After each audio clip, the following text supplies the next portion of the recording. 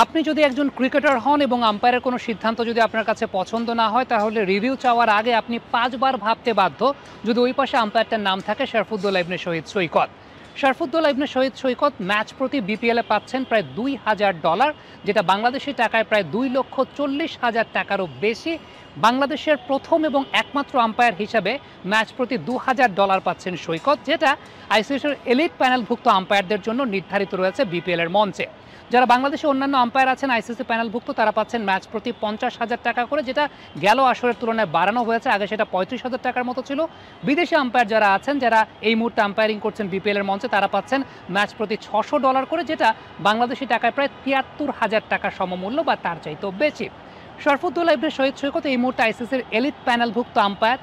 বাংলাদেশের একটা অত্যন্ত বড় গর্বের জায়গা যে বিশ্ব মঞ্চে খুব ক্রিটিক্যাল ডিসিশনগুলো খুব সাকসেসফুলি তিনি হ্যান্ডেল করছেন। আমরা যদি একটু ২০২৪ সালে আইসিসির এলিট প্যানেলভুক্ত আম্পায়ারদের পরিসংখ্যানটা দেখি যে ভুল করার রেশিও কার বেশি ছিল কার কম ছিল, সেই জায়গাটাতে সৈকত এই মুহূর্তে অবস্থান করছেন ৮ নম্বরে। ১ নম্বর অবস্থান করছেন সেই জায়গাটায় মাইজাস ইরাসমাস। তার ক্ষেত্রে আমরা যেটা দেখছি যে ১৪.৩% ভুল করেছেন মাত্র।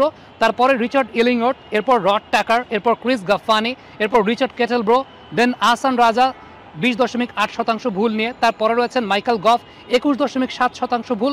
শরফুদ্দৌলা ইবনে শহীদ সৈকত মাত্র ২২% ভুল নিয়ে তারপরেই রয়েছেন। শরফুদ্দৌলার পেছনে কিন্তু Nitin Menon, Kumar Dharmasena, Paul Reiffel, Adrian Holdstock, Joel উইলসনের মতো অভিজ্ঞ আম্পায়াররা রয়েছেন। এবং সম্প্রতি, খুব অতি সম্প্রতি শরফুদ্দৌলা এলিট প্যানেলে প্রবেশ করেছেন, কিন্তু এরই মধ্যে তার যে ক্ষুরধার পারফরমেন্স সেটা কিন্তু বিশ্বব্যাপী নজরে এসেছে এবং খুব ভালো মতো হ্যান্ডেল করছেন।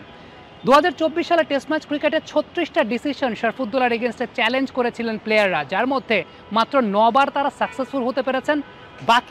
বাদ বাকি ২৭ বার শরফুদ্দৌলা ইবনে শহীদ সৈকত তিনি সাকসেসফুল হয়েছেন টেস্ট ম্যাচ ক্রিকেটে। ইয়াশাসবি জয়সওয়ালের ডিসিশনটা, যেটা থার্ড আম্পায়ার হিসেবে তিনি নিয়েছিলেন, নিজের ইনস্টিংটাকে ব্যবহার করেছিলেন। আলট্রা এজ সিদ্ধান্ত দেওয়ার পরও সেই সিদ্ধান্তকে সৈকত ওভারট্রাম্প করেছেন। তার এই স্মার্টনেস পুরো বিশ্বব্যাপী সমাদৃত হচ্ছে। সামগ্রিকভাবে বিশ্ব ক্রিকেটে বাংলাদেশের এই মুহূর্তে অন্যতম বড় ব্র্যান্ডের নাম এলিট প্যানেলের আম্পায়ার শরফুদ্দৌলা ইবনে শহীদ সৈকত। সৈয়দ আবিদ হোসেন সামি, যমুনা স্পোর্টস।